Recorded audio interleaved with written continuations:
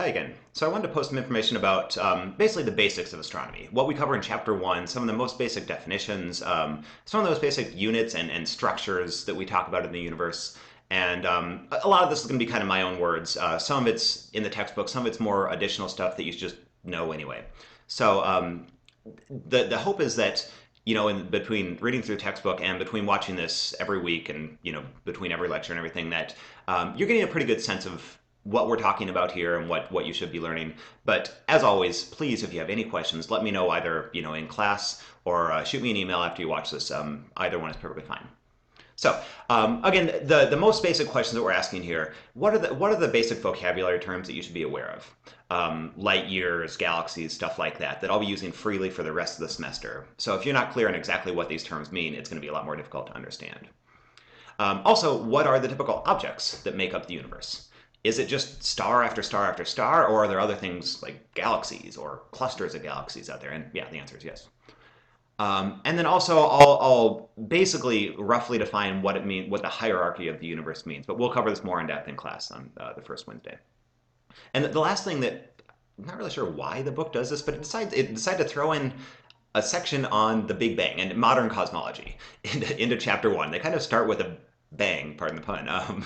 But so I just wanted to give kind of my 2 cents about how to make sense of this thing called Big Bang cosmology without really understanding any of the details of it. So it's actually not that, I mean, it is kind of mind-blowing, but it's not that crazy mind-blowing. It's cool mind-blowing. So I just wanted to, talk briefly about what we mean by the Big Bang theory of the universe. So let's start off with some basic vocabulary terms. Now, the most basic building block of the universe are stars. But as we found out, actually, most stars aren't just a single star by itself in space. We actually have realized, and relatively recently, that most stars are actually accompanied by the same type of stuff that our sun is. For example, planets, comets, asteroids, meteoroids, people, Martians, sure. But the point is, so when I refer to a star system from here on out, I'm talking about not just a star, but the stuff that goes around that star as well. So then what's the difference between a star system and the solar system? And easy, the solar system is just our star system. Now, a point of clarification. So when I talk about, from here on out, when I talk about a star system, just a generic star that's out there with its planets maybe and other stuff, I will try to exclusively use lowercase, a star system, lowercase. When I talk about our star system, our solar system, I'll try to make a point to always use uppercase, capital letters. So just so there's no confusion about that. Now, it is true that the term a solar system can be used interchangeably as a star system. But just to avoid confusion, I'll try to always stick with either a star system or the solar system. Hope that makes sense. Now, the next thing that I've mentioned in the first intro video, and we will definitely mention this as we go forward through the semester, but we've actually, within about the last 5 and 10 years, begun discovering that almost every other star that we're looking at probably has planets around it, just like our sun does. And there are a couple very large-scale missions right now that are devoted simply just to trying to discover other planets that go around other stars. And so the name we give for this is an extrasolar planet, or an exoplanet.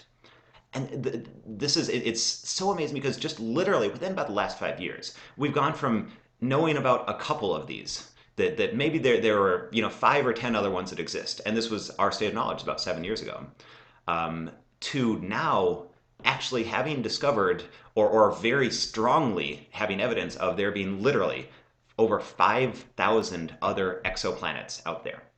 Now there's a website that I'll show you later in the semester as well, but it's called exoplanets.org. And this keeps a running tally of the daily number. Literally, it has to be updated by the day anymore. But as of right now, there are 5,195 total planets that we've either confirmed are out there, or we have very strong evidence. We just need to do some follow-up observations to make sure that they're true planets and not just blips in the data. But it's amazing. And again, all of this has come within about the last 5 years of research. And so you're taking this class at an amazing time because there's this number. If you check here, in 2 weeks' time, 4 weeks' time, this number is going to be different. By the end of the summer, it's very possible that we're going to be in, depending on how productive the research is here in the next 2 months, it's entirely possible this number might be in the 6,000s or even higher.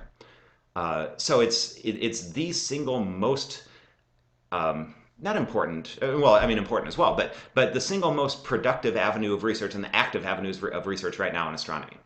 And the whole question about this, by the way, the reason this is so important is that um, the question is, of these 5,200 roughly planets we discovered, are any of them Earth-like? Do any of them have, a surface for there to be, the possibility of water on it? How many of these planets are in what we call the habitable zone? Not so far away from their star that they're frozen worlds, but not so close that they're boiling up. Um, and what we've actually begun to discover is that, and this is literally just within the last about year, we've actually now begun to see that we've begun to discover kind of some of the first Earth sister-like planets. Planets are roughly about the same size as the Earth, and roughly about the same distance relative to their star as the Earth is to ours. So yes, we have begun discovering that there are other planets that likely have conditions suitable for life. And kind of the holy grail in this exoplanet search is to discover the next planet where life might actually be possible and thriving. And we are actually getting closer and closer to this. It's kind of amazing to think that we can actually, at this point now, look out in the sky and point to stars and say, there's an Earth-like planet around that star. There's an Earth-like planet around that star. But we literally, within the last year, have gotten to the point that we can now do that. So yeah, stay tuned. And by the way, I said this is advancing rapidly. Between the time that I published the video last night, the intro video, and between the time of that and now making this video, there actually was a big press release. You see, 21 hours ago, the oldest known potentially habitable exoplanet has been found. Last night, it was just released. So there's a star about 13 light years away, which is pretty close to us actually. And we've discovered there are two planets going around it. They're both a little bit bigger than Earth, but we think probably has a rocky surface like Earth and not like a gas planet like Jupiter or Saturn. They're a little bit colder than Earth, but if they have an atmosphere, they could probably be relatively warm. And the cool thing about this is that they're orbiting a star that's about twice as old as the Earth. I'm sorry, twice as old as the Sun. Meaning that if these planets formed at the same time as their star, which we think is the most likely theory, that these planets would have had twice as long for the possibility of life to develop and evolve. And so if these planets have life, which, it's by no means a given, but the planets might be able to support life. And if they did, who knows how much more advanced the life on these planets would be than on ours. So again, it's a fascinating field of astronomy, and we'll be spending an entire segment about this this semester because it's such an active field of research right now. So anyway, that's what an exoplanet is, or an extrasolar planet, used interchangeably. Now, going a little further, galaxy. So I use the term galaxy freely, and just to make very clear, a galaxy is, it's a huge collection of stars, and then there's also, included with the stars, there's huge amounts of gas and dust that are sitting around. Some of it has yet to actually form into stars. Some of the other gas and dust was previously in a star that exploded, and it got thrust out from the center of that star, and now it's in the form of a nebula now that's likely going to form a new generation of stars from that old one that went supernova. So a typical galaxy, by the way, and I realize there's a typo here, I apologize. A typical galaxy will have anywhere from about 100 million stars, which is a huge number in itself, to over 1 trillion stars. It's 1 with 12 zeros behind it. And that's the range of the typical galaxies. And again, these things are huge. They're thousands and thousands of light years across. Now, just to show some basic images of what typical galaxies would look like. Let's see. Here. So this is actually part of an image called Stephan's Quintet. There's a fifth galaxy that you can't see in this image here. But these are actually, this galaxy is a little bit further away than the rest. But these three galaxies that are shown here are actually interacting. They're in the process of slowly merging together to form a super galaxy, if you will.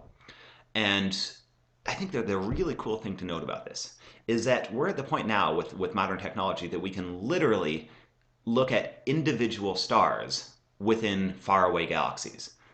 And if you zoom in far enough, we can actually observe single stars in galaxies that are millions and millions of light years away.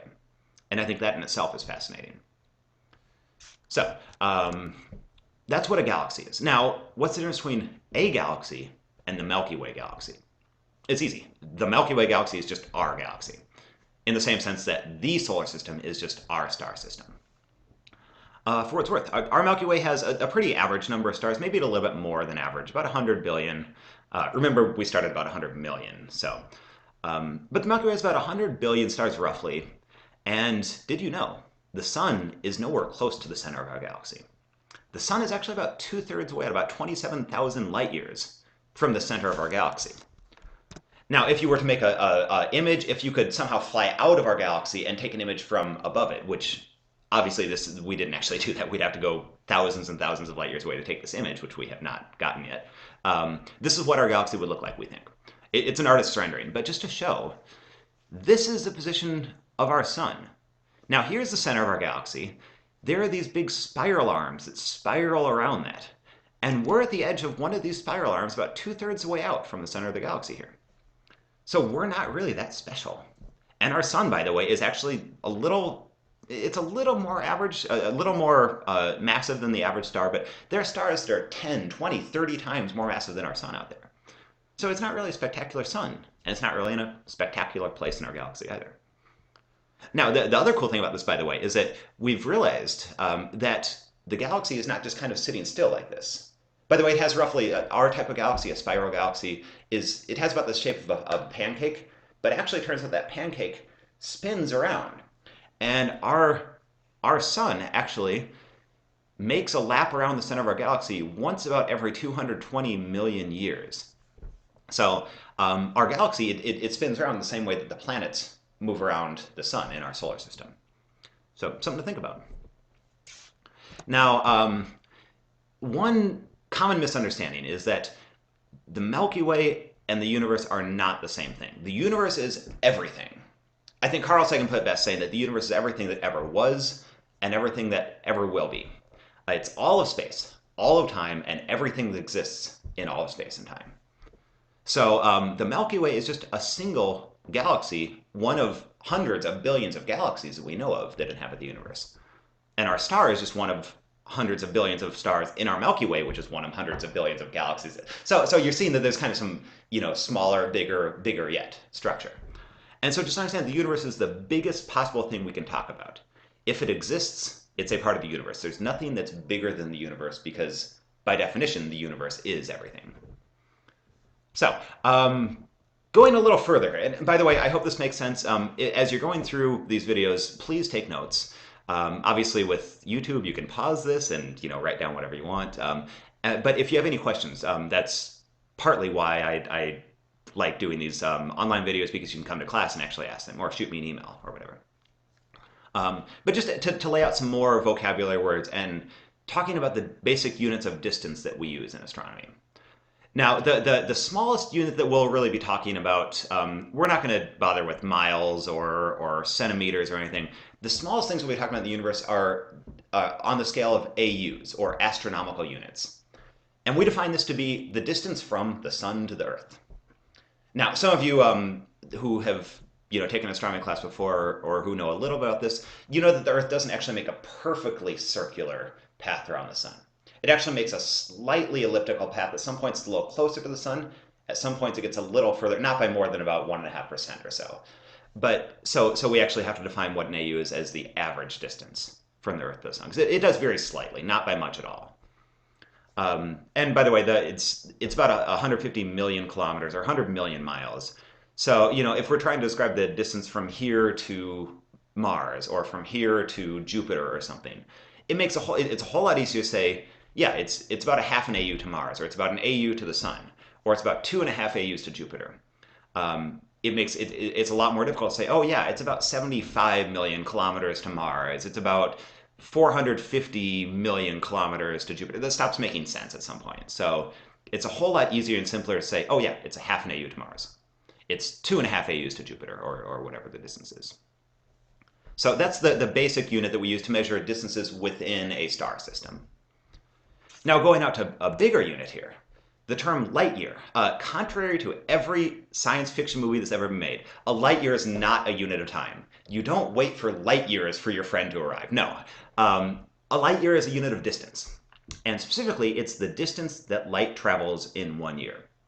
So if you were to have a flashlight and you turn it on and you follow that beam of light over the course of a year, assuming it doesn't hit a wall or get stuck in the atmosphere or something, get absorbed in the atmosphere. A light year is how far that beam of light will have traveled in exactly 1 year time. It's a really, really big distance. It's 10 trillion kilometers, 6 trillion miles. That's a 1 with 13 zeros behind it, 10 trillion kilometers. And this is an important unit of distance because most stars that we know of that are near to us, we measure in light years. The nearest star, Alpha Centauri, is about 3 light years away, just slightly less than 3 light years away. And most of the other stars that we're seeing, the nearby stars, are within about the nearest dozen or so light years away. So when we're talking about light years, we're talking about distances between stars, not distances between planets. Now going a little further, we define what's called the kilolight year. If you've heard the term kilo used before, that's a prefix meaning 1,000. So like a kilobyte is 1,000 bytes. A kilolight year is just 1,000 light years. And this is useful when we describe distances from, say, here to the center of the galaxy. It's 27 kilolight years between here and the supermassive black hole that exists at the center of our galaxy, which, by the way, that's what we think is there. Or the overall size of our galaxy is about 100 kilolight years, or 100,000 light years across. But we can go bigger. The next thing we define is what's called a mega light year. Now, the prefix mega means million, so a megabyte is a million bytes. So a mega light year is just a million light years. And now this is a really important figure because this is about the average distance between nearby galaxies. So when we're talking about the distance between here and the Andromeda galaxy, it's a little bit over 1 mega light year away. Or a distance between here and another cluster of galaxies, it might be 500 mega light years away. So understand the order of these, and if you had to order from smallest to biggest, make sure you understand. Now there's one more unit that I will throw up here. The size of 92 billion light years. And this is an astoundingly large number. But this is actually what we think is the size of the entire universe that we can possibly observe, what we call the observable universe. Now, some of you will say, no, isn't the universe infinite? And yes, the answer is we do think the universe is infinitely large. But the thing is, we've only had a certain amount of time for light within our part of the universe to ever possibly have gotten to us. And so that's what we call the observable universe, the bit of universe that we can actually see. Now it extends out far beyond that, we just simply haven't had enough time for light from outside of that to get to us yet. Hopefully you have questions about that, because it is kind of mind-blowing to think that we can actually measure the size of our little patch of universe, and why isn't that patch of the universe 14 billion light years from here to there? And the answer is very complicated, and so I'm going to just pass on that for now, but I'd be happy to talk in person about that. So again, though, these are units of distance that you should be very familiar with, and you should know which ones are the larger ones, which ones are smaller, which ones we use to measure different things in the universe, whether it's the sizes of star systems or distance between planets, sizes of galaxies, kilolight years, things like that. So again, if you have any questions, please write your questions down and bring them to class. Now, what I mean when I say the hierarchy of the universe, and I used this on a previous slide. So what I mean here, it's basically just ordering the universe from small to big, kind of like the Russian doll thing. You have smaller dolls inside bigger dolls inside of even bigger dolls. And so all I mean here is that when we start small, we talk about the Earth. And then the next biggest structure we have is our solar system, and then our Milky Way, and then the whole universe. And so you should absolutely be able to order those in the proper order. By the way, I'm using this to represent the universe. Obviously, it's just a cluster of stars, but yeah. So anyway, yeah, that's all we mean by the hierarchy of the universe. If you had to order things like a set of Russian dolls, what's the smallest one? What's the biggest one? Now, the last thing that the book gets into in this chapter is talking about the Big Bang Theory, not the TV show. Talking about the evolution of the universe from early times until recent times until far away times, times many billions of years from now. And I don't want to go too in-depth on this, but the one thing that I want to make clear is our understanding of the universe and how the universe is evolving comes from looking at relatively far away galaxies. And we initially thought, once we kind of recognized what these galaxies were, we initially thought that all those galaxies are just standing still in space, that everything is static, the universe has existed forever, it will continue to exist forever. It's a nice, easy picture for us to grasp our heads around. Turns out it's wrong. That one of the most important discoveries in the history of astronomy was made by Edwin Hubble. And he realized that almost every single galaxy that we see around us is moving away from us. And he also realized, this is called Hubble's law, the further our galaxy is away, the faster it's moving away from us. Now, there's a whole lot more that can be said about this, but the most important result of this is that the exact manner of the universe, or the exact manner in which the universe is expanding, if you want to use that term, the exact manner in which those galaxies are moving away from us, it appears as if we play everything and rewind, if we take all those galaxies that are moving away from us right now, and if we play the universe and rewind, what happens is it appears that all those galaxies actually seem to converge to the same point, that they all look like they're going to collide at some very distant time in the past. And again, this is playing the universe in reverse. So all those galaxies, no matter the smaller ones, which aren't moving very fast away, seem to be colliding at the same time as the very far ones, which are traveling very fast away. But if we play it in reverse, all those galaxies seem to converge to the same point in space at some very distant point in time. And that's what we call the Big Bang. It's the time that all those galaxies started together and they began moving apart. And so it's based entirely on what we observe the galaxies are doing today, based entirely on Hubble's observation that galaxies are moving away from us. And if we ran the universe in reverse, all those galaxies seem to have been coming from the same point in space. So that's our modern understanding of the Big Bang. It's not, again, it's not a religious theory, it's not a theological theory, it's simply an observation. Galaxies are moving away from us. And the exact manner that those galaxies are moving away implies that they must have been at the same point in space at some very distant time, about 14 billion years in the past. And so that's what we understand as our modern, basically the platform that we view the expansion of the universe and that we view modern cosmology from. And this image here is extremely important, and there's a huge amount of information in here, and I'm not even going to touch on it for now. But it's kind of a cool way of showing what happened in the universe from the very early times, just after the Big Bang, to now the universe is expanding a little bit, and if we go even further into the future, we think the universe might actually begin to expand faster and faster. But this is, I'm going to say this for probably the last week of the class. So anyway, these are my general thoughts on the first chapter.